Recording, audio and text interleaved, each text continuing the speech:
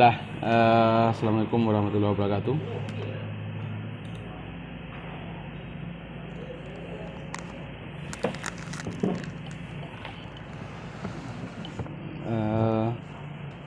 Silahkan kalian aktifkan dulu kameranya ya. Saya mau lihat atau mau saya petakan dulu nih wajah-wajahnya nih. Silakan.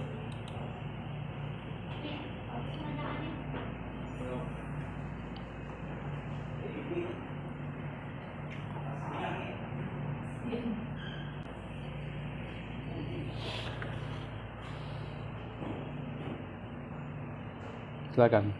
Bisa enggak? Nah, tuh.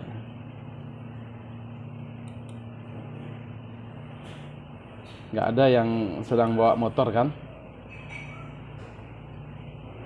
Nggak ada ya? Yang sedang duduk-duduk di pantai? Ada nih? Nggak ada ya? Jadi harus, meskipun e-learning ya harus tetap siap lah kita kuliahnya. Mana kok hilang lagi nih kameranya nih?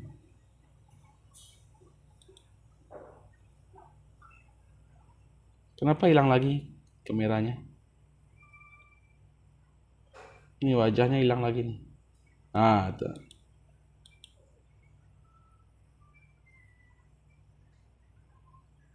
Nah, oke. Itu udah. Jangan keluar lagi ya. Baik,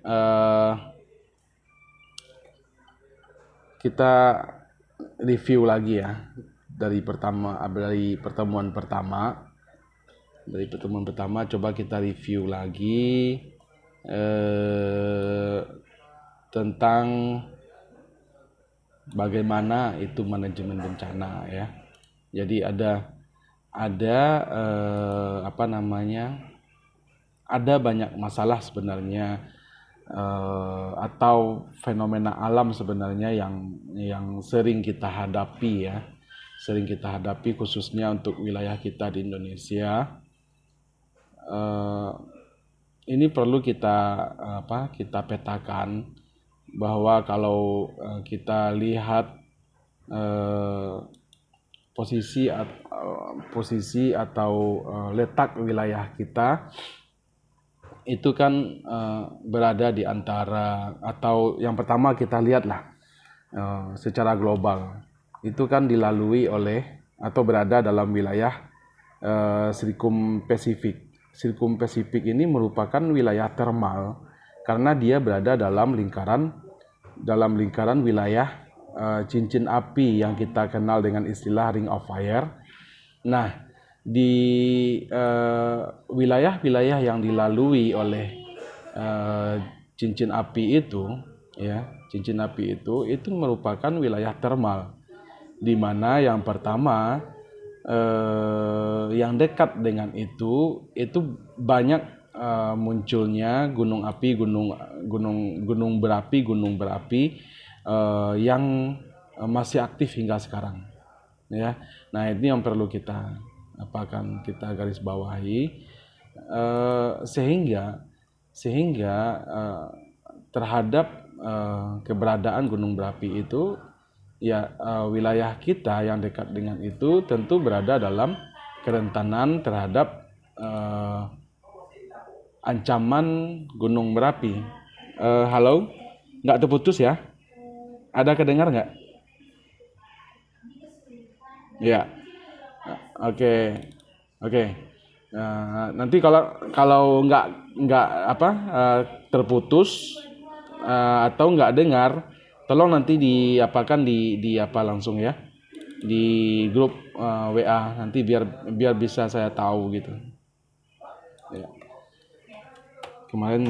Seperti kemarin kan terputus kuliah teknik penulisan, kemarin saya juga nggak tahu gitu ya, jadi ternyata sudah hampir 10 menit putusnya.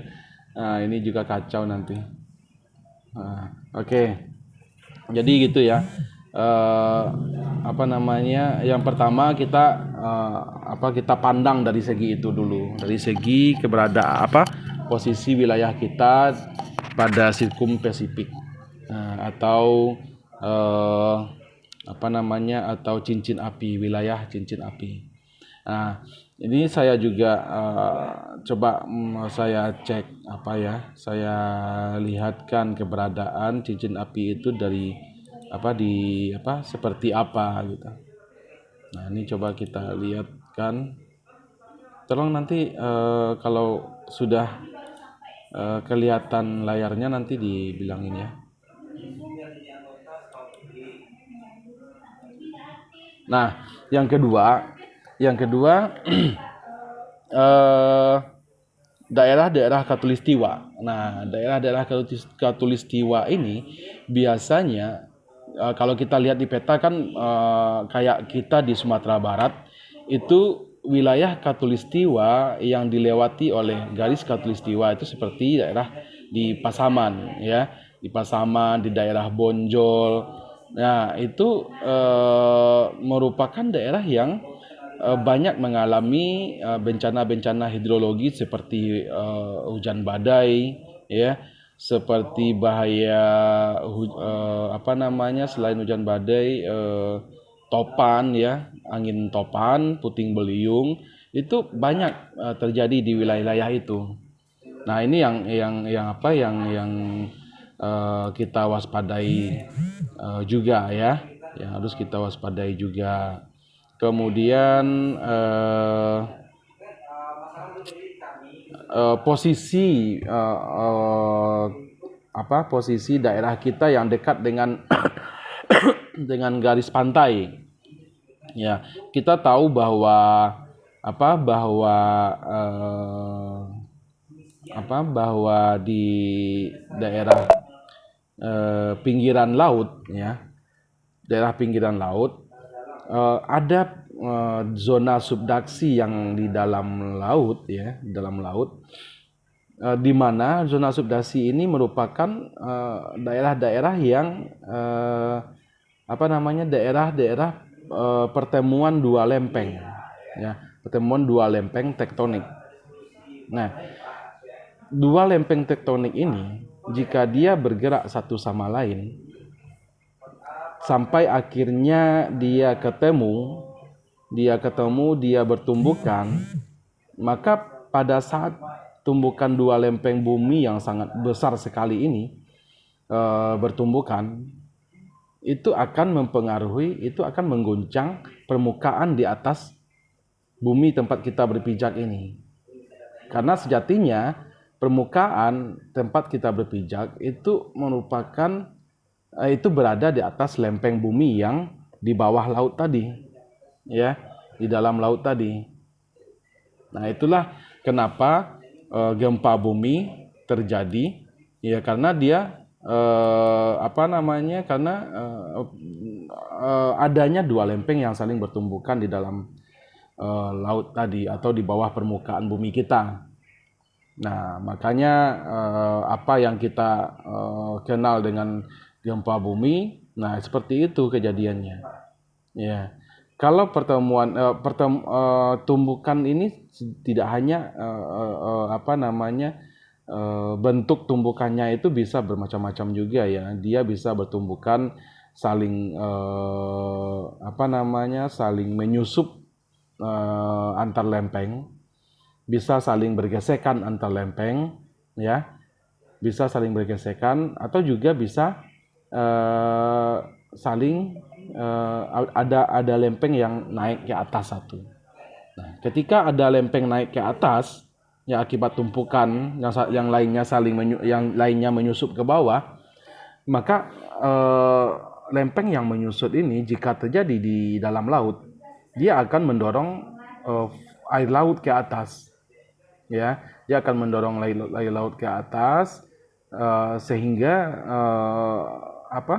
gelombang laut tadi akan menuju pantai. Nah, akan menyapu bersih pantai yang ada di dekat itu. Nah, ketika itulah tsunami terjadi ya, saat itulah tsunami terjadi.